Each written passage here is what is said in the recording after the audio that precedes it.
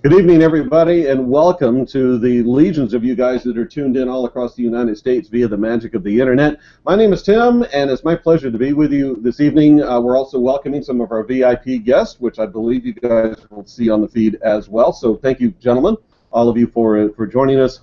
And, of course, the star of the evening is, in my view, really twofold. First of all, we're going to see some of the amazing watches, and I mean the new stuff, the ones you guys have been waiting for. Some of them have been rumored. Others you will see tonight for the first time, and frankly, in some quantities, possibly the last. And secondly, and obviously very important, the man that builds all of this for us, the CEO of Invicta, Eyal, Lalo. And Eyal, thank you. This is exciting. It's a nice new concept. It's a new concept. It's a new format. And so you and I sit down, I guess, on or about 2000, we do our first show, and we're looking at this 15 years later.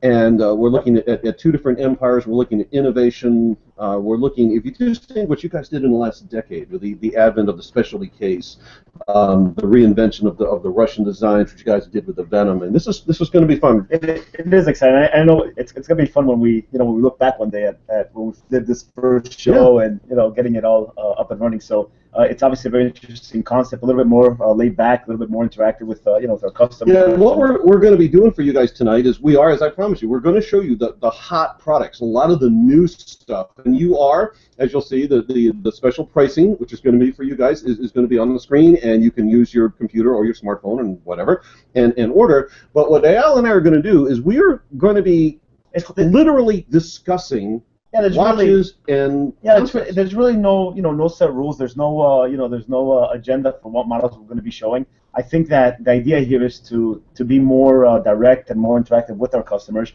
and try to make this a little bit more interesting. Obviously, we have a nice lineup of items. Yeah, we do. We did select, I think, all of the items with the exception of one would be brand new items never seen before. So obviously that makes it a little bit more exciting. And we're not going to be limited to any times on any individual item. If there's something you guys want to see or have any questions on, that's what we're here for. So please do join in. Again, I know there's many of you that are logged in via the link that I put out earlier on Facebook, and frankly, many thousands of you also received it via an email. So special welcome to you. And we have several, as I mentioned, VIP guests joining us as well. And you may hear them coming in with comments and questions and so on. And with that, I'd like to go ahead and get started. And the first of many pieces we're going to be sharing with you tonight is, I think it's fair to say, I think it's the only one that is not absolutely brand new, but what is brand new is this crazy price that you guys are seeing. And what you will also see through the event is there's going to be 6-pay in pretty much everything, so very cool. First of all, Eyal, as we get into this, and I am been so looking forward to this concept because now we can just talk and to talk about wristwatches. This is a look that has gone back with your company, as I understand it, into the late 1950s. Do you feel a special kind of a fondness because of the longevity of the piece, or does it not affect you? Or I think that when we first launched the Russian diver, there was that concept out there making that first piece, and there's two very interesting Russian diver models that we're going to be offering this hour. The one that we have on here is probably the most difficult one that we've ever done, which is the Nautilus Collection. Now, what's interesting about the one that we're showing you here is, obviously, as Tim said, it's price driven. Mm-hmm. We're taking the Nautilus, where it has been a very high grade watch. It's a very expensive timepiece, and we're making it accessible to everybody tonight. And I think that was the point of inviting people in tonight and just showing this off. For the price point, usually I have the screen in front of us, but I think this is going out at $499, right? Yeah, the price, in fact, one of the things I found interesting, because it's one thing to have my opinion on it, because I do think this is an amazing price. But what was interesting is to listen to management behind the scenes and the editorials, and frankly, even on the written cue cards, it actually says in all caps, "This is an amazing price." Yeah. People are very excited about this from a price-driven standpoint.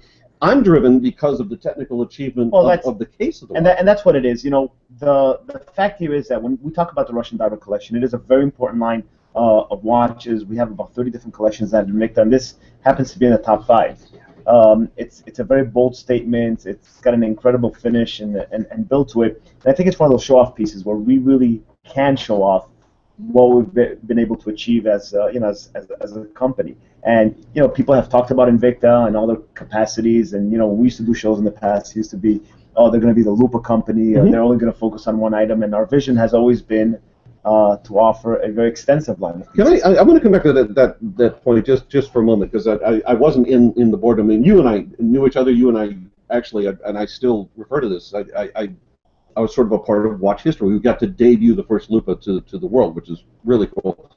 Was there ever a meeting at Invicta where you guys said, do we want to become the Lupa company? Because you had a mega hit. You had the #1 selling watch in the world. I could see where that meeting might have taken place. I knew for a fact, history repeats itself. There were so many watch companies out there that really were a one-hit wonder. And they did an incredible product, and all they focused on is how do I milk this one style, one model, and then they disappear. And that's not who we wanted to be. And we didn't want to be a fashion brand. We didn't want to be a collection that was strictly on one look and one design, which we could have, and we probably could have had very good success for a few years thereafter. But it was about expanding. And while we were showing that off, our team behind the scenes were really pushing hard on the many other items. It was one of the things. I think, and again, I think a lot of we have some great guests here. I know they're very loyal to Invicta. I want to thank you guys for that, and I want to thank you for joining us tonight. If there's any questions or anything that we can, we can get you guys into this, because this is really about us getting into this conversation together. Yeah, and please, do speak up, because we'll be happy to. And we have, I think, three of us, 3 of the 4 at least, are joining us. So I believe it is it Tom, Ernest, and Joseph? I believe is the 3 that we have at the moment. If I'm leaving, we do have all 4. So Tom, Ernest, Alan, and Joseph. And I don't know in which order you're on the screen, but thank you, all of you. And to Eyal's point, you have all been very loyal to us, and you've helped certainly to build what was the Shop NBC, was become Shop HQ, is now EVINE. On a personal note, I'm really grateful to that, and of course, Eyal, you've been seeing your success obviously grow over the last 15 years. And I always say it's about the customers, and you guys have been absolutely amazing, and this is a great example of the type of collectors that we have joining the Invicta family. So, if there are any questions or anything that I can answer, that's what I'm here for. Obviously, the watch that is here, we're still selling product. We're making great product available. The one that's on your screen, we'll be doing full presentations during this event. But there's another Russian diver that I do want to show you right after this one, which is going back. And you were mentioning the original Russian diver that we brought out. It was model 2625. We actually brought out for this event a brand new Russian diver, and I'll show that to you here in a second. It's actually an automatic. For the first time, it was a genuine sapphire crystal, probably the biggest sapphire crystal we have ever done on a watch. And by the way, Eyal's being a little bit. The Russian diver. When Eyal says automatic, we are talking actually about a Swiss out of 2824-2. I believe that is in that. Or is it an SW200? Well, we have 2 that I want to show you. We actually have the SW200, which is the brand new one, and then we have the 2824. I'll just give you an example. And here's a first look, unless you guys caught this online early. But if you see this example over here, this is going back, and I see what we have.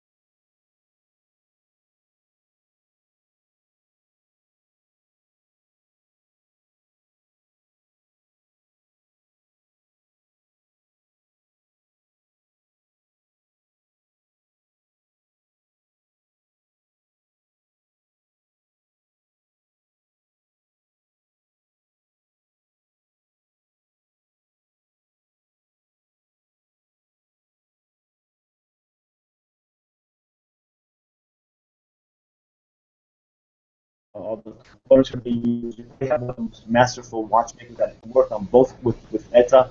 A lot of them have been working with Solita. Yeah, because Solita was actually at one point, for those of you who don't know, was at one point doing contract work for the company we know as Silicone Straps. So they obviously had a great. They still do. Yeah. There is a time where that's going to expire, but that is very interesting, and the fact that we're able to have all these different movements, and I think that's when I have conversations with people, what makes Invicta dynamic. And to me, it's the beauty of having all these different variations available to you. If it's a watch chronograph, if it's a Swiss head tattoo 824, if it's an SLB 200, we really can do it all. And we have so many different offerings and so many different styles that we can put together and designs that it makes it really interesting or a great brand to follow. I want to expand a little bit when you talk about the different offerings and the designs, because part of what I've said this for years, I greatly admired about it in Invicta, is that instead of becoming the Lupa company, they took this meteoric success. And for those of you who don't know, in 2002, 2003, the Lupa became the #1 selling watch in the world. So what they did is they parlayed that success into some research and development, which is to produce some absolutely amazing things.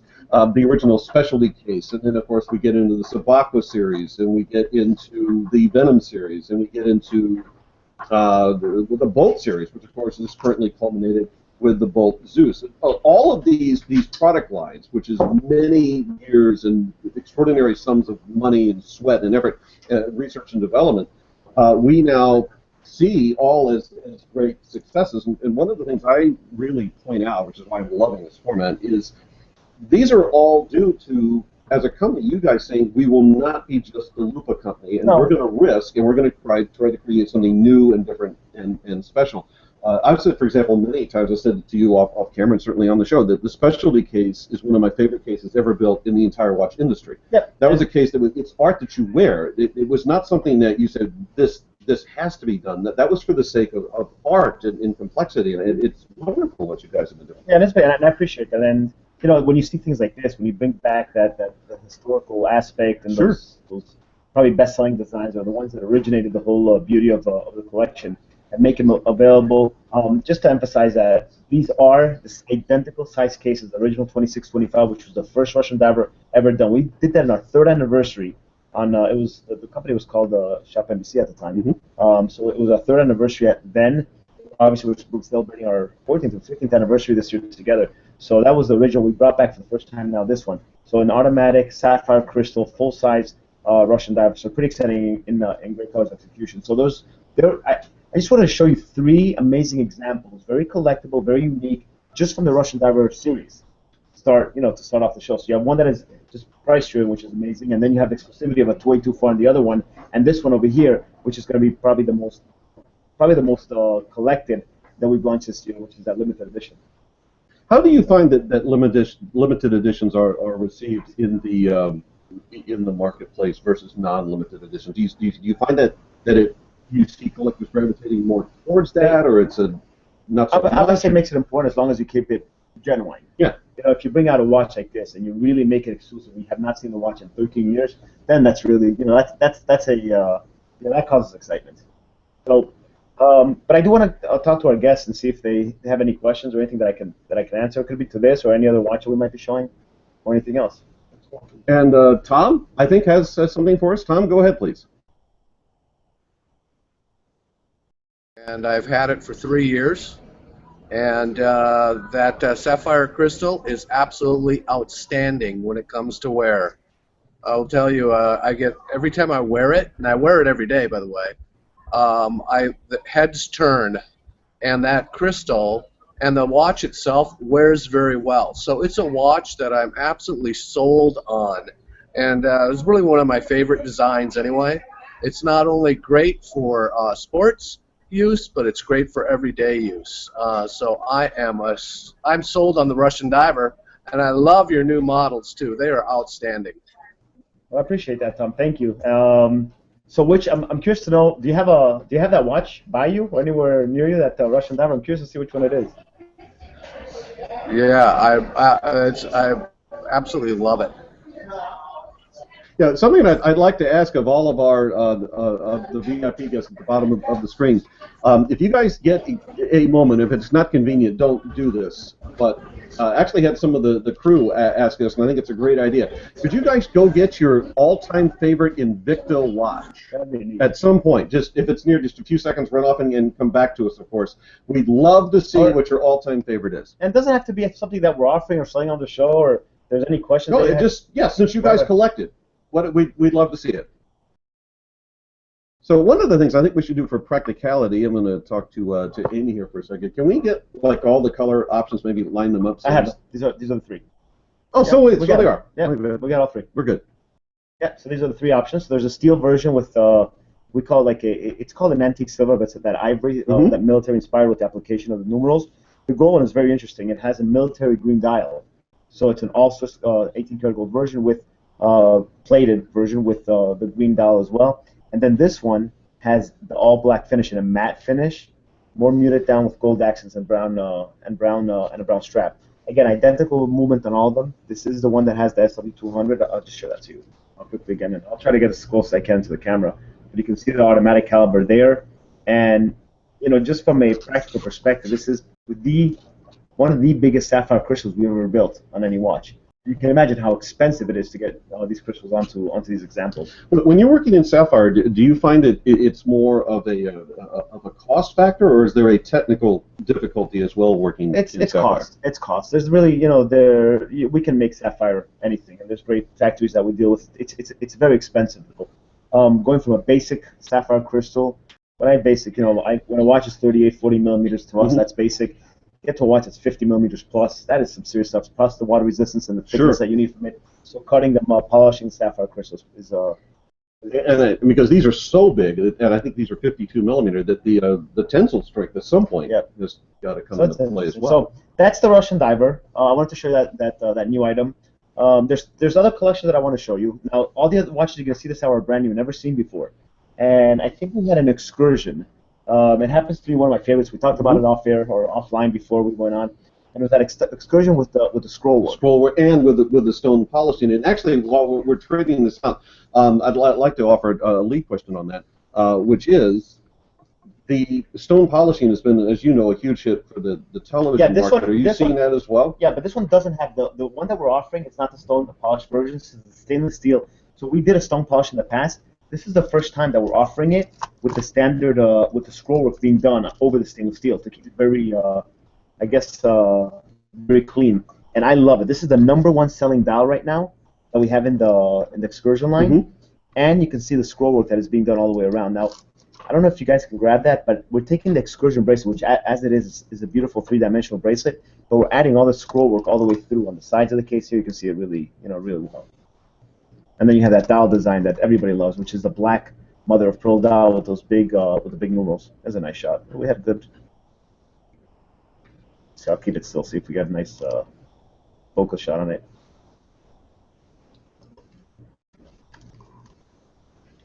The scroll work, of course, is something we've seen, I'd say realistically, in the last 6 months or so, I think, from you. And what's been a lot of fun for me as a collector and someone that gets to present these is that it really has taken some of your most sought-after looks, and it really brings them to a whole other level as far as the artistry of it. And it really adds so much dimension and excitement to to the way the watches are finished and constructed, and the detail involved in it.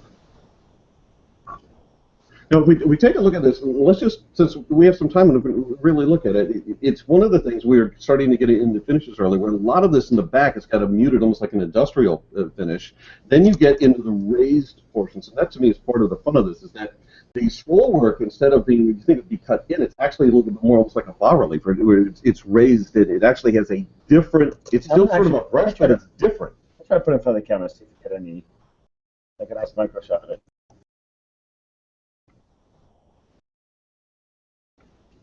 I don't know if you guys can see that. You can see a little bit. There we go.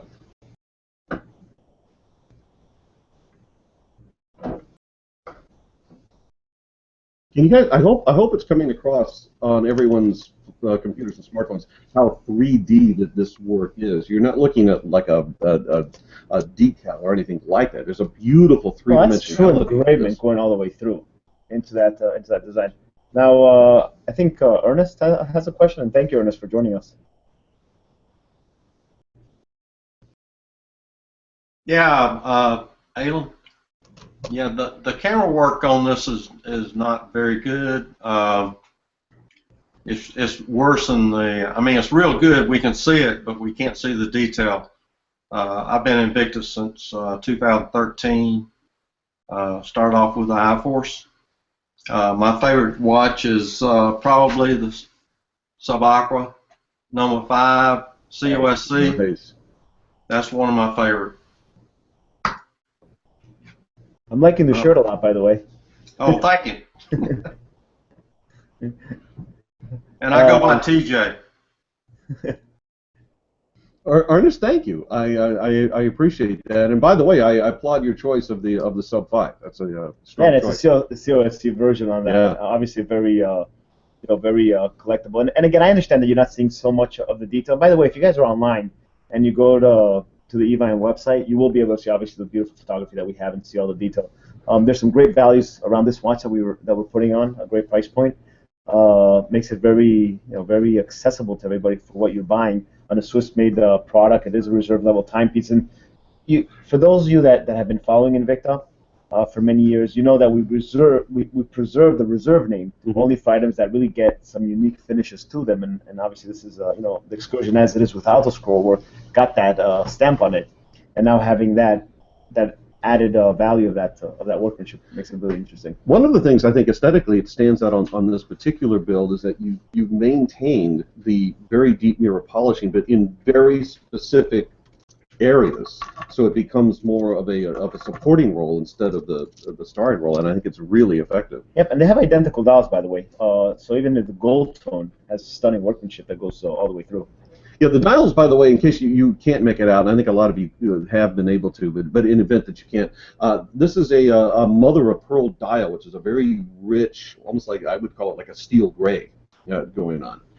And if you're not familiar with mother of pearl, it's an organic material. So while, for example, your dial is obviously going to resemble this, that it's not going to be identical to this, and I think that's part of the beauty of collecting and utilizing mother of pearl. One of the things, since again with this newer format, we have this fantastic. There's no real time limit. We can just talk. Let's talk a little bit about Invicta history. This is not a watch that just suddenly appeared in the last few years. You guys, have, as a company, actually go to the 1800s. Yeah, well, I'll give you a little bit more of the history behind it. The brand was established in 1837. So I'm not really connected to anybody that was around in 1837. That's just the day that Invicta as a watch brand was started. So there's obviously a lot of history there. What happened was I was born into the watch, and so it is third generation from my grandfather to my father, and I was born into it, and I had the desire to develop my own product. They were always very involved in other watch brands, importing and distributing other brands, which was it was a very good business. And it continues to be. So that distribution around the world in different countries, and that's really what I saw. But I had that desire to make my own, and I set out. And the first thing I needed was a name, and I looked at the history behind it, and obviously, my grandfather had an association with Invicta brand, and that was the direction we were going to take. We're just not going to create a brand. We're just going to push a brand that really kind of disappeared from the market for a very long time. So we went back over and said, you know what, we're going to take this brand on. Started making a few timepieces, and it was a very difficult process in the beginning because it was not about designing or anything like that. It was just who we're going to sell these to, and it got exciting. After that, and the people accepted it. Who at first did you sell to? Like very early on. It was mom and pop jewelry stores. Yeah, those were my first customers. There was a lot of small mom and pop stores. It was literally, driving around and flying around and visiting them. This is why I love this format. So, okay, so was the first, these are questions I've always wanted to ask. All right, so you have the concept, we're going to run with this brand, and we're going to build a watch, and then you do. Okay, now what? Well, the watch arrives, you've made a watch. Well, I invested, and I'll tell you, I remember it was 1,500 watches that I put into production. It was I went to a trade show in Asia, and I subcontracted a company, and we got some different designs, and okay, here's a collection of 40 different styles. And there was one thing that I stuck to. The watches had to be water resistant, tested, because that was a big thing, and they had to be built to a high standard. That was kind of like the theme at the time. And one of my visions was we were doing a lot of business in Latin America at the time, so I said, okay, and quality is the only thing that they expect. Forget about the design. I need the quality to be the #1 priority. So now what? Watches arrive. Now you got to travel around and show off the product. So this is like you put them in like literally. I was curious, like in a car, and you would just go around. If it was in a car, it'd be driving in cars to mom and pop stores. If it was on airplanes, if it was, I'll tell you, one of the things that I used to do is I used to go to the Caribbean and sell Yeah. And the way I used to do that is people used to fly around, go from island to island. What I used to do is I used to get on a cruise and get off on every island and meet and see the customers, and it was a very easy way to to travel around. So it was that was a way of as a traveling salesman. Okay, so now I know you as a company, you get called all day, every day. Can we carry the watches? Back then, was it a situation where people would look at the watch and they go, "I don't want to work with you," or "I haven't heard of you"? Or most people did not have interest in the brand at the beginning. Most people said, "No, we have already a lot of brands. We've never heard of that. We don't know that us. Thank you for coming. It's very nice to see a young guy that's coming out here." But they didn't do it. They had no interest. Not many people are ready to take risks, and I think that I've always appreciated the ones that did, and they've come a long way. Now it's become such a big business. So, I remember our first trade shows, what we looked like. It was like a one-man show. So what was the first trade show? It was a backdrop, and it was a pop-up that we built together in a U-Haul truck driving down to Orlando, and we did our first jewelry show. So it was like one of the curtains that went around. There wasn't even a curtain. I don't think we even had the money for a curtain. Wow, this is awesome. Alan, please join us. Do you have a question, a comment? Previously about what our favorite watch is, and I got mine. I think it's called the Transatlantic, and I don't think you've produced it for quite a while. But I was hoping someday you would produce these again. So I'm excited to bring it up. Flip over watch. It's got two. I use it when I travel. So Alan, if you put that watch up in front of the camera, and I will tell everybody that watch is coming back, and it's coming back this year. Great. That watch is cool. Now it rotates. Yes. You remember the mechanism? It rotates with the system. So there's two different watches actually built inside of it. Yeah. So when I travel, I use this a lot because it's just such a cool watch. I think it's beautiful too. So that watch goes back over 10 years. Yeah. Well, we appreciate that. I like Alan, that. thank you for that. Thank you. That was very cool to see. So the Transatlantic was one of the first reserve pieces put out there. Do you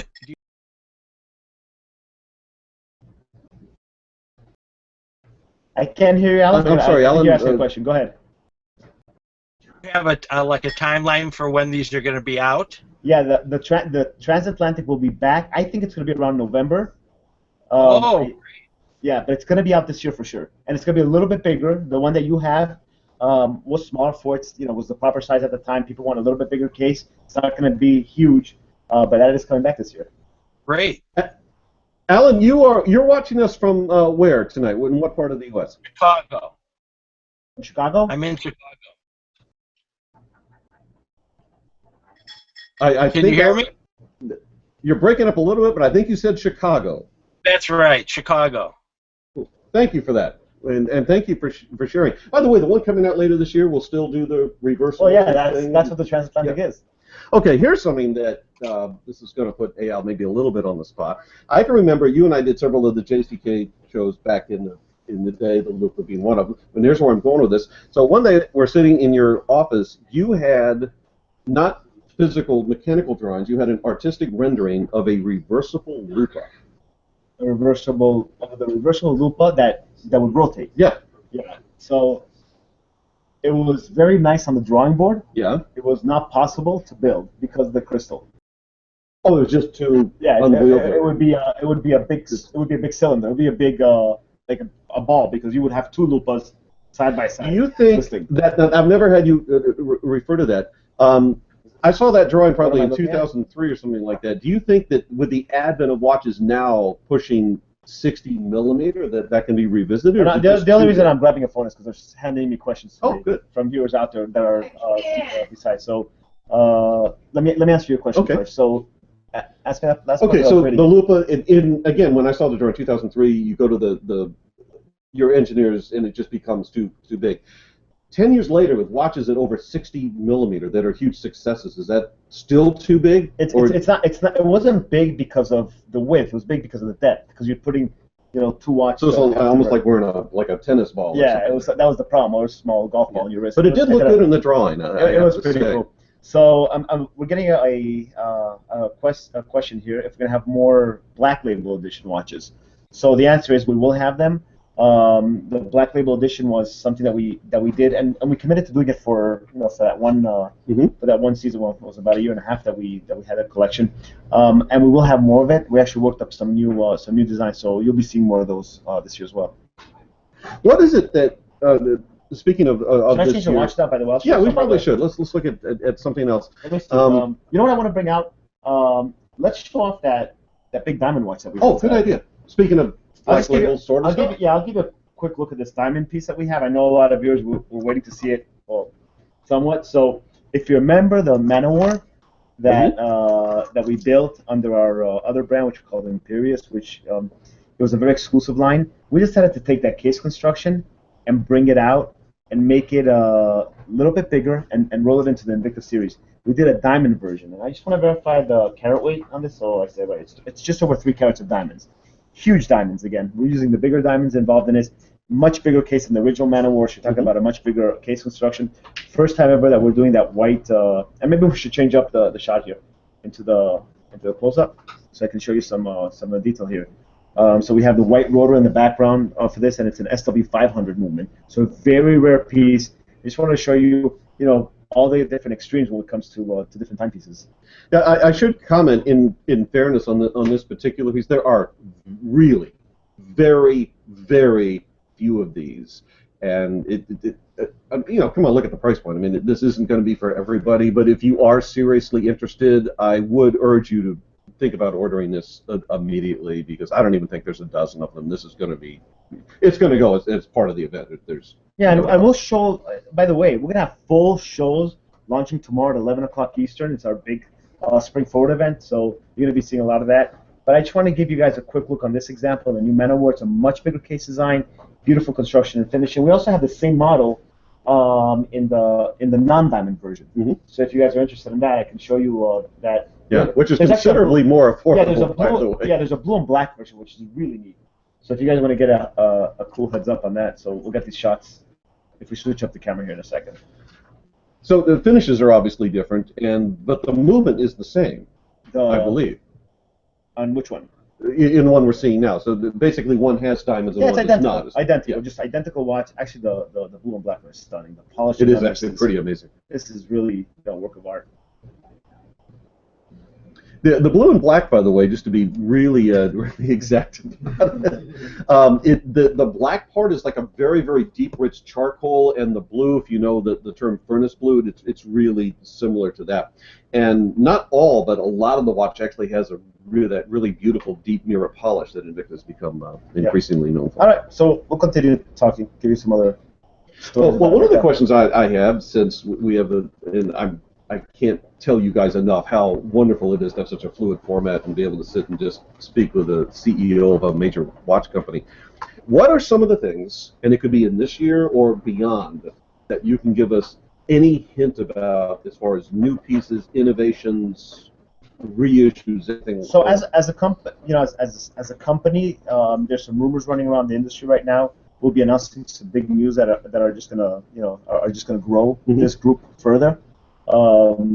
Some acquisitions that we're doing and things like that to expand the diversity of our products. That's something we'll be talking about more in Basel, Switzerland. I can't talk about it now, but some of the big things that we're coming out with it's just the amazing amount of product. Because in the past we used to do a lot of new items. Now it's a lot of this high-grade items. So we're really putting a lot of effort into design and adding more unique pieces and exclusive product. We want to show off the pieces that are Invicta, that have the Invicta DNA and have our level. One of the questions we've talked about this a little bit on the show, but I think this is a perfect moment to get into this a bit. You are, in my experience, you're one of the very few companies that can, for example, bring a product to the public that would go for well under $100. You have built watches that go for 5 figures a piece, and most watch companies can't do that. They say we're going to either be in this price range or we're going to be in the ultra high end or whatever. How do you do that when so many others can't seem to put it together? Yeah, and what others do is they start making different brands and they start doing different things like that. Not for Invicta. We always kept very firm to the fact that we're going to preserve one brand and it's going to be available to everybody out there. That's it. The brand is going to stand for quality and craftsmanship, and there will be prices for everybody. Now, obviously, the higher price you go, the more exclusive and the more rare the piece is going to be. But the idea behind it was really to, that we will never change those things around. I'm going to come back and talk a little bit about the, and again, if you can't comment, you obviously won't. But when you talk about acquisitions, without naming names, are you talking about, can you at least say, are you looking at acquiring watch brands? Are you looking at acquiring? Yes. Yes. Is it only brands, or are you also looking at things like assemblies or Well, there's a lot of things that come with brands. Ah, okay. So there's different items, and it could be designs, it could be access to movements, it could be distribution channels. There's a lot of different things that come with that. But it is expansion, and what I do say, tell everybody, we're all going to benefit from it. That's the idea. It's not something that we're going to expand into something very different. I can tell that a lot of our EVINE viewers out there, you're going to be benefiting from this great thing. So great things to come. But the fact is that our focus as a company is going to be expanding into these very unique pieces. So every watch has to be very detailed out, very well manufactured. We're going to be very strict about everything that we built around it. So let's talk a little bit more about Invicta history, because I am going to take. And by the way, are we? I just want to make sure that we're on. I'm seeing, and we're happy to have Alan, but okay. Okay, so as we're looking at the Man of War at the moment, if memory serves, this would have been out circa 2010-ish, 11-ish, somewhere in there. Yep. I want to go back over a decade beyond that. So you tell us about the early days of Invicta. You create the first watch. You're literally driving in cars to stores, and then you get on a cruise line and stop at different islands. Okay, I'm going to fast forward a little bit out of there. So you guys start to become known. You've got clients. You're working with mom and pop stores, and you're in the Caribbean. What came next? Well, what happened was that now we came in with, we couldn't offer the product that was just like everybody else's. We came in showing something new and fresh and different, which was value. A lot of people talk, oh, we have great value, but when you really look at the watch, it's still very expensive. We were very genuine about that. Mm-hmm. To me, it was whenever anybody picked up our watches, they should feel good about what they bought. They shouldn't be questioning, oh, I deserve to own something so rare or so expensive. It's like, it should be, there should be no question. I just got just an incredible price for this watch, and it's an awesome machine. That's what I wanted from anything that we build. That's why when we build watches today, even that no other watch company can even make, we don't take advantage of that and charge more money for it or raise our margins around that. Everything stays very consistent. No, I've talked about it on the show many times, and again, I hold up one of my favorite cases. I've said this numerous times in the entire watch industry, which is the specialty case. And one of the things I love to talk about is, can you imagine if one of the big, like the dream companies, had created a 48-piece case? What they would ask for something, and by the way, they could argue from an argument standpoint. They could absolutely justify. We've got 48 custom-built components. There's nothing like this on the planet. It is art that you wear. Yep. And I've said many times, I think the specialty case has been underpriced. And it's been amazing. So yeah, so those are so that's the so we meet these many many customers out there. And they love the product. We're getting reorders, so now it's like we got something here. Yeah. And it was gradual. All right, has the Pro Diver happened yet at this point? It was one of the first items. Okay, so you guys are in the Pro Diver kind of a mode. Well, Pro Diver, a lot of elegant looking watches. There were some watches that had like custom work, like chronograph and a leather strap. I remember it was a shark skin embossed leather strap, one of our first chronographs ever made. So that was the beginning, and I think the luck was that we actually had something that was unique to the industry at the time. Let's bring Joseph into the conversation. Joseph, first of all, thank you for joining us. We love having you out there, and please share a question or comment. Well, I'm glad to be here. I just noticed that Eyal, I think, is wearing the same watch that I'm wearing. Is that the specialty? Is that the specialty with the diamonds? That's it, my man. Same one. Yeah, this is one of my favorite watches to wear. I love wearing it out. Where are you from, Joseph? I'm from New York. Okay. We got our team from New York, Chicago. I actually have two.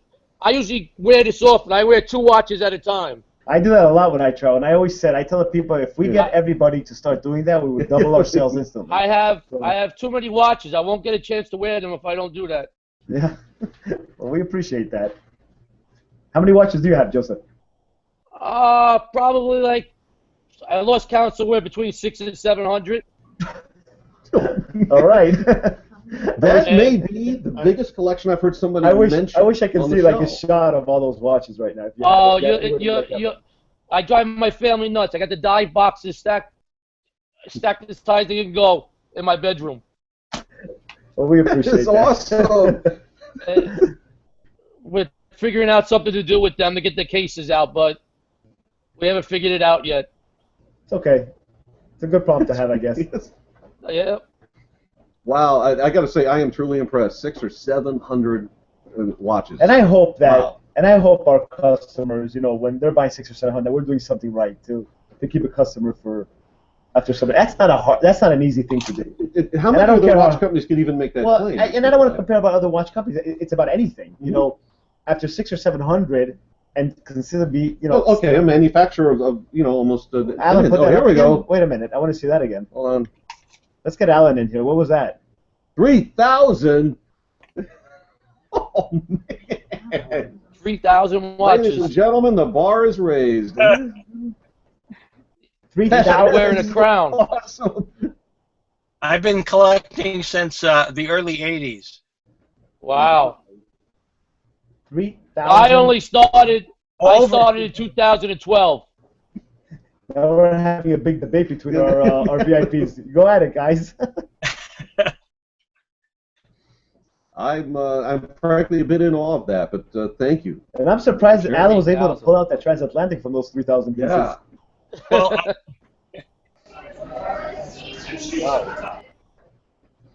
You guys are impressive. Thank you. I feel so much better. I'm sorry. Go ahead, please. Yeah, this is TJ. I feel so much better. My daughter was giving me hell because she was saying, you know, you'll never wear all your watches. And now that I've heard these guys talk about their collection, I've got 125, maybe 130. Who knows? I'll ever wear them all. I told somebody, you know, I could wear a different watch for 4 months in a row. But now I feel a lot much better. I mean, I've got room to grow. Yeah. Thank you for that. Now I've got someone's put me on the spot, and I was wondering when this was going to come up. Somebody asked if I read the card correctly. Is how many watches do I own, and what's my favorite? I'll take the first part first. Honestly, my collection varies. In fact, I had a chance to meet with a group of collectors here in the Miami area earlier today, and we discussed this very thing. My collection, and again, this is what I do, and you guys obviously have your different methods. I let the collection grow, and then I choose from all different, you know, I like this, and then I'll reach a point where there's like one Grail watch that I really want, and so then part of the collection I actually will let it get sold off, and then I use that to get the new Grail watch, and so, but direct answer to your question, I don't know the exact amount, but I say right now my personal collection is inside of 100. I think it's fair I could say that. Favorite watch is a dangerous question because I actually have many favorites, but I will tell you that one of my absolute favorites, and I hope someday Eyal does something like this again, in 2003, I believe it was, Eyal built, and it still is to my knowledge, the only watch in the world that is solid 18-karat rose gold and with a bezel of solid platinum. I don't think anyone else has ever done that. And I have a really low limited edition number of that. That was piece. a beautiful. It's stunning. That was with a power reserve automatic movement built inside, just custom decorated. Beautiful. And those of you who get that reference, you'll. So if I had to pick one, there you go. Let's talk favorite watches. Now you and I have at least one thing in common, which is we both recreationally dive. Do you have a favorite watch you dive with? Tobacco number 5. Really? Day in and what day picks that? Why that out of everything you could wear? I think the comfort factor around that. I wear a polyurethane one. It has a blue bezel, stainless steel, and blue with a black dial. I just love the watch, and that's the go-to one. It's actually the go-to watch when if I travel, I'm on the boat for a long time. Yeah. That is the watch that I want for the whole trip. Do you have a favorite location for diving, or does it not factor to you? Or? My favorite place to dive is in the Bahamas. Bahamas. Yeah, there's some very unique spots and very unique islands that we get to. That we dive, we probably spend a week over there. Literally see nobody in these places, and we do a lot of wall diving and a lot of right walls are beautiful just stuff. amazing. So that's my choice. Yeah, guys, please keep the questions coming, and we'd love to hear from you. And again, for all of you who are joining us live via this broadcast, we greatly appreciate it. So, Eyal, I want to come back and actually to a question I'd asked a little bit earlier. So you guys are having hits with obviously the pro diver, and I assume by this time you no longer are driving around to the stores because you've got a network. I know you do. Well, I was driving there, and I was driving, to learn about production, and now we got to, increase the production. So there's a lot of to take it to another level. Well, we have to. We have to focus. Well, the question I want to lead up to is when did you realize it was? Do you remember the moment where you go, we've got to start doing something like really cool and different, innovative, something the world has never seen before, kind of thing? Well, I'll tell you that it was done. It was funny because I was sitting with a friend of mine who was the big designer at the time, and he did me a favor, and I said, look, you do some incredible designs for some very fine brands. I need you to design something for Invicta. I need something unique, and that's where the Lupa came through. That's because that was going to be the next question. How did the Lupa happen? It was we had dinner together. We went back to the office to continue our meeting. That meeting went on until 4 o'clock in the morning. I remember specifically, and we finally found the watch, and he told me that by the next day he'll have a design idea. We loved the design. We put it into production. A lot of people were laughing how big the watch was and the curvature on it, and that was it. And then we got into some color, which wasn't as popular at the time, and it worked. I can still remember the reaction. I was part of the team with you. We're out in this would have been in 2003 at JCK Vegas, which for those of you who don't know is an industry event. So it's not like fans and so on can get in. This is all jewelry stores and so on. And I saw two camps almost immediately. There was one that thought, this is the coolest thing I've ever seen. And then there's the other one, it was too crazy and this isn't going to be around. And I think it's easy now, over a decade later, #1 selling watch in the world. You look at it, it's real easy to armchair quarterback and go, of course, this would have been a huge hit. Did you guys have ever any doubt that at the time something so outlandish was a mistake? I don't think we ever had. I don't think we had a doubt. We did take a chance. What's the worst that can happen? They're not going to sell, and we'll just eat the inventory, as any other company says. But I think that when you take risks, you make it. You come up with a new opportunity. I think if you don't take risks, you're never going to get anywhere. And that's what we have been known for, and we've delivered on many occasions on that. And I know we haven't always made the most beautiful design, because we've come out with hundreds of them, or if not thousands. So you're not going to hit them on. You're not going to. They're all not going to be home runs. But we've been pretty good that every time we come out with a new piece, it's just you take it over the top. Well, that I think will lead us nicely into the next piece that we have on the screen. And I will have to say, based on what I've seen, for example, with your Facebook feeds and so on, and seeing the viewers' general feedback and the anticipation, that this watch with the three-dimensional skull on the dial may be the most anticipated release, at least so far, for 2015. Yeah, and what we did was, in this example, it was workmanship on dial, and I'll try to, I don't know how. Yeah, you guys need to check this one out. But if you look at that, that's just a new design. It's working with that dial construction and detail, and really putting a lot of dimension into it. And it is a Cordoba. So when you look at this, you look at the functions behind it and everything that is being built, it makes it a very unique dial design. Obviously, the skull is very much in fashion now with all the watches. Tom, I know you've been hanging out there, and again, thank you for being one of our team here on our first ever show. What are your thoughts, comments, questions? What's going on? Yeah, I love the brand. It's thank you for allowing me to participate and view this tonight. I'm very impressed with the designs, the quality. I have a smaller collection than the rest of these guys, but I'm inspired now to grow my collection. So, based on what I saw tonight, I'm very, very impressed.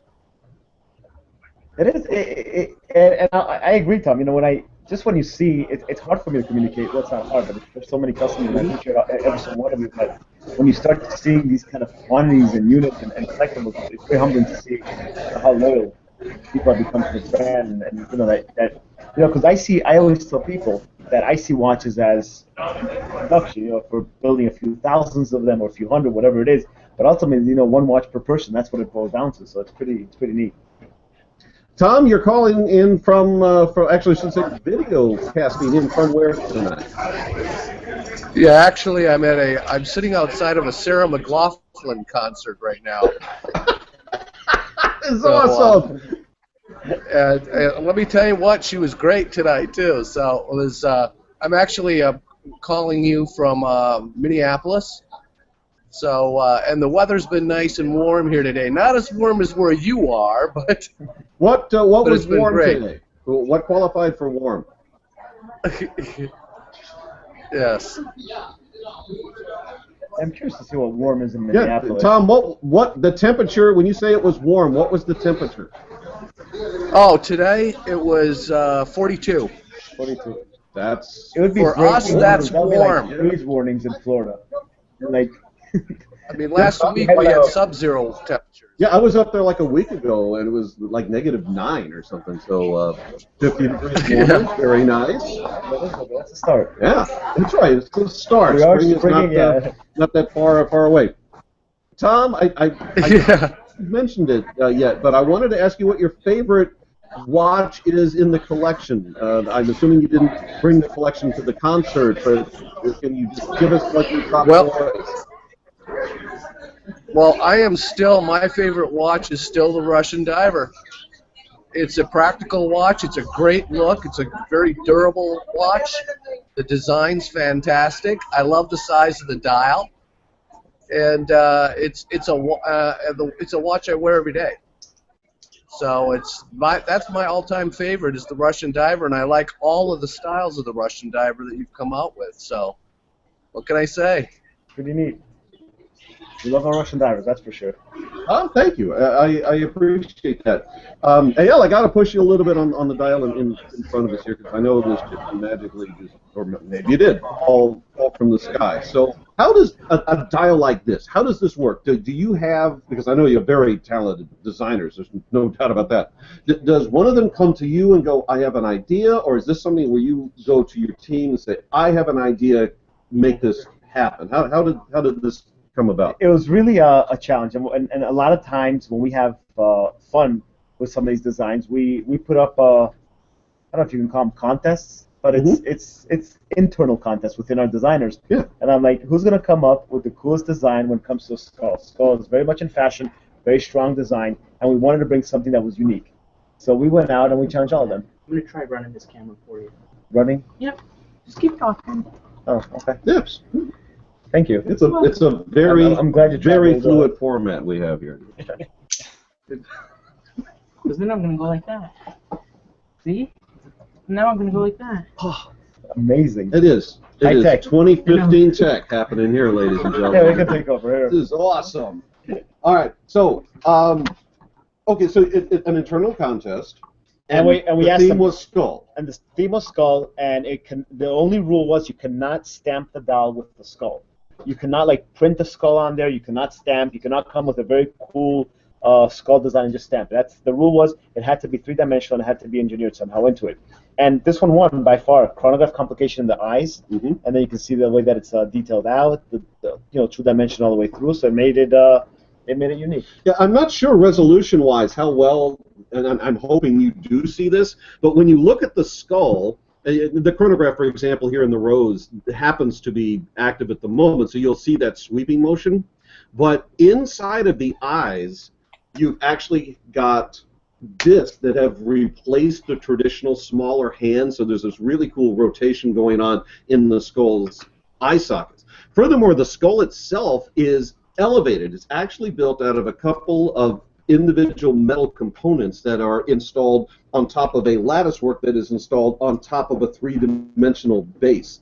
I'm such a fan of complex dials, and if you would all share that passion in wristwatch design, you are, hands down, there's no question that you're going to love this build. And by the way, this is it's a true chronograph complication. It's the least expensive watch that we have doing this casting right here. So good stuff.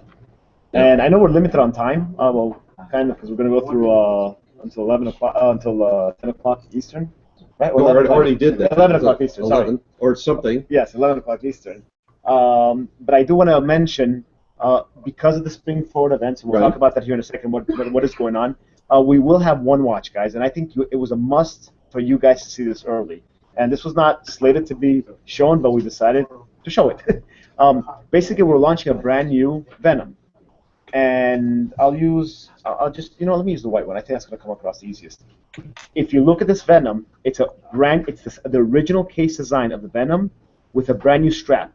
And you can see how it's molded, designed. It's probably the most comfortable one ever done. And it is being done in an NH35 caliber automatic. This thing is stunning. And as many of you know, we do these top values. Yeah. This is going to be launching tomorrow night as a top value. So we'll do a full presentation on there like a lot of people have been used to seeing. But I wanted to show off this. Is the price released already? So I think we did release the price on the top value. So if you guys are interested, it is going to be a first look.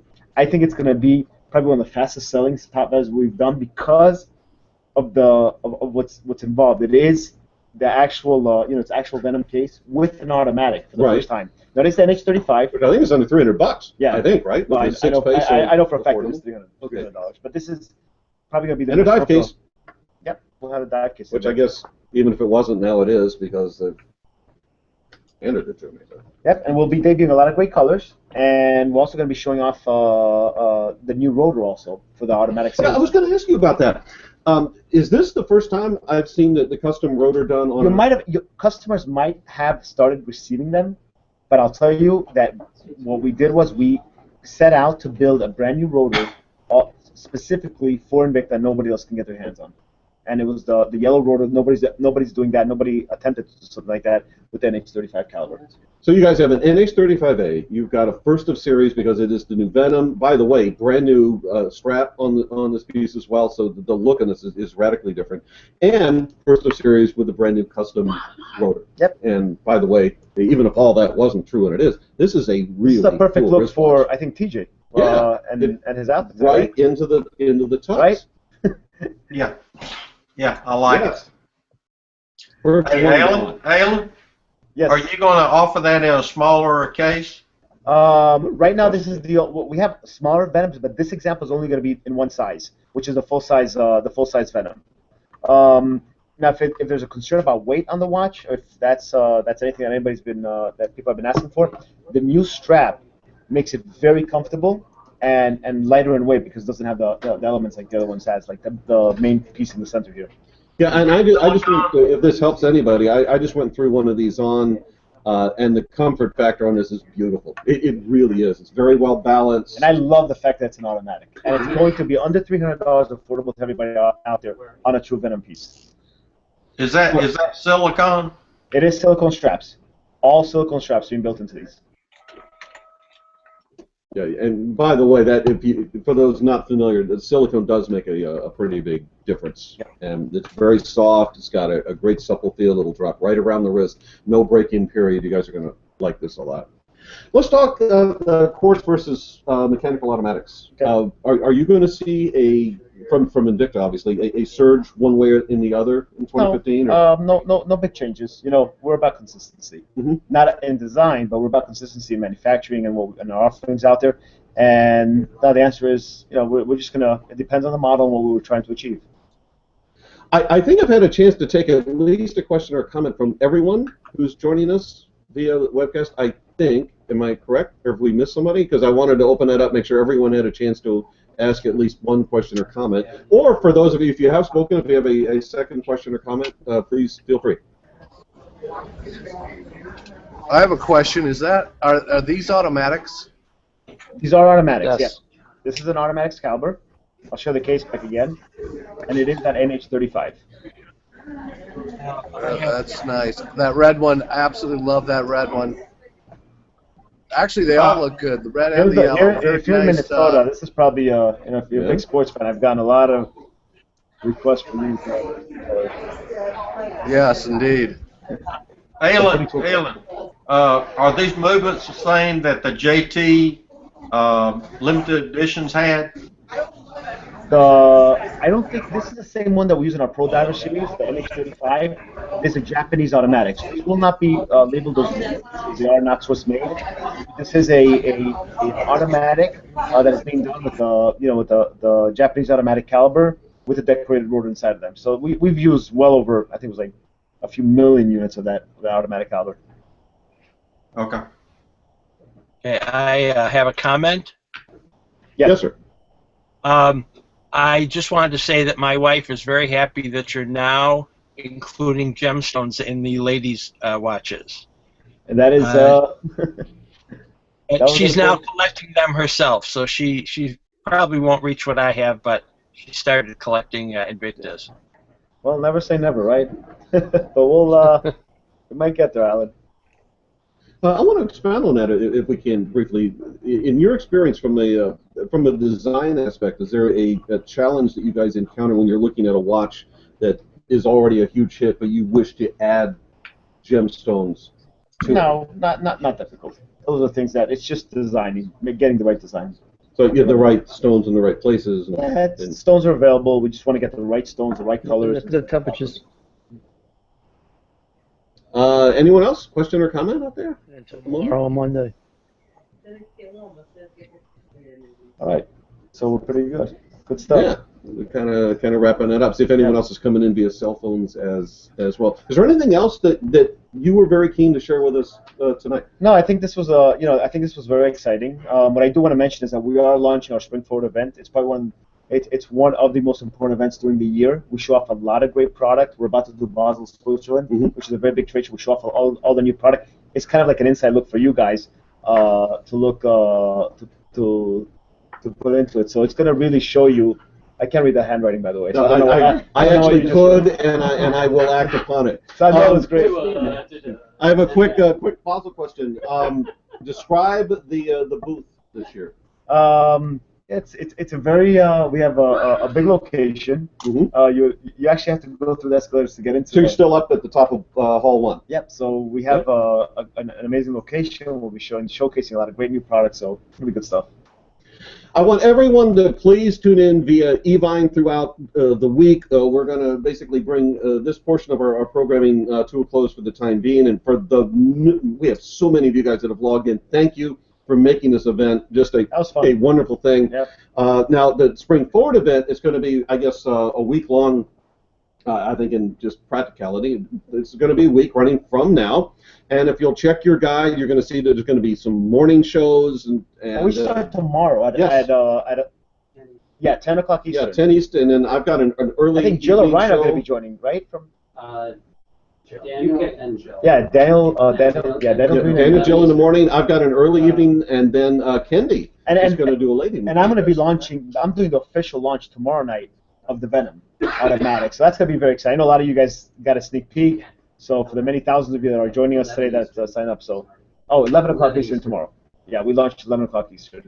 And that's going to be the beginning of the event. I will promise you that prices, new product, just incredible values coming together. And certainly, I think we can all agree. We didn't even get to nearly all the watches that we had set out to do for you guys during this webcast, but believe me when I can share with you at this point, I've spent the day here in the evening on the set. We're seeing a lot of this.